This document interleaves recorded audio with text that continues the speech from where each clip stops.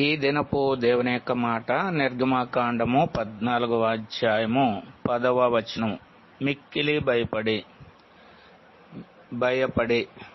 ప్రతి మానవుడు అనేక రకాలైనటువంటి భయములు కలిగినటువంటి వారుగా ఉన్నారు. అదే రీతిగా ఇశ్రాయేల్ కూడా దినాల్లో ఐగుప్తీయులను చూసి మిక్కిలి భయపడరనే మాటను మనం చూడగలుగుతున్నాం.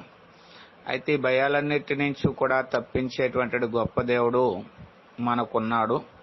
ఈ భయాలన్నిటి నుంచి ఆయన మనల్ని విడుదల పొందించేవాడుగా ఉన్నాడు.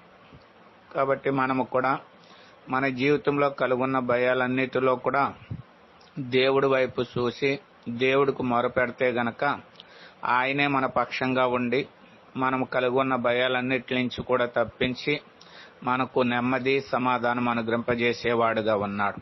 ఆ రీతిగా దేవుడిని వెంబడించి దేవుడిచ్చేటువంటి నెమ్మది